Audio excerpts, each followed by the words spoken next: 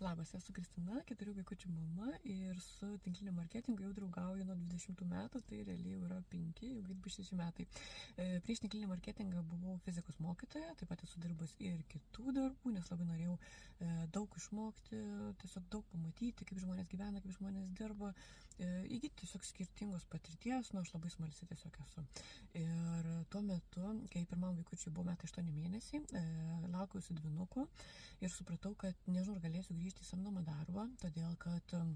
žinojau, kiek aš skiriu laiko darbui, kad man reikės daug dirbti, bet vaikam aš jau laukdamasi vaikų žinojau, kad aš noriu skirti labai daug laiko savo vaikam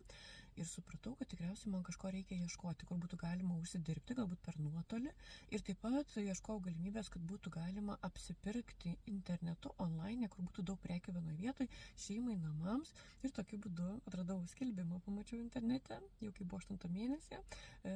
su galimybė užsidirbti. Pradžioje nepatikėjau, paskui pamačiau, kaip kitas dirba, ir tada jau patikėjau, kad čia galima uždirbti.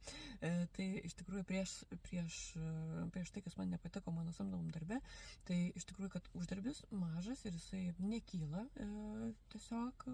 nedidėja, nebent tu dirbi daugiau gerokai.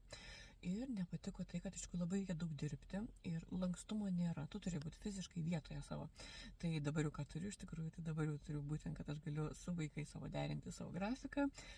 galiu atrodyti kaip noriu, galiu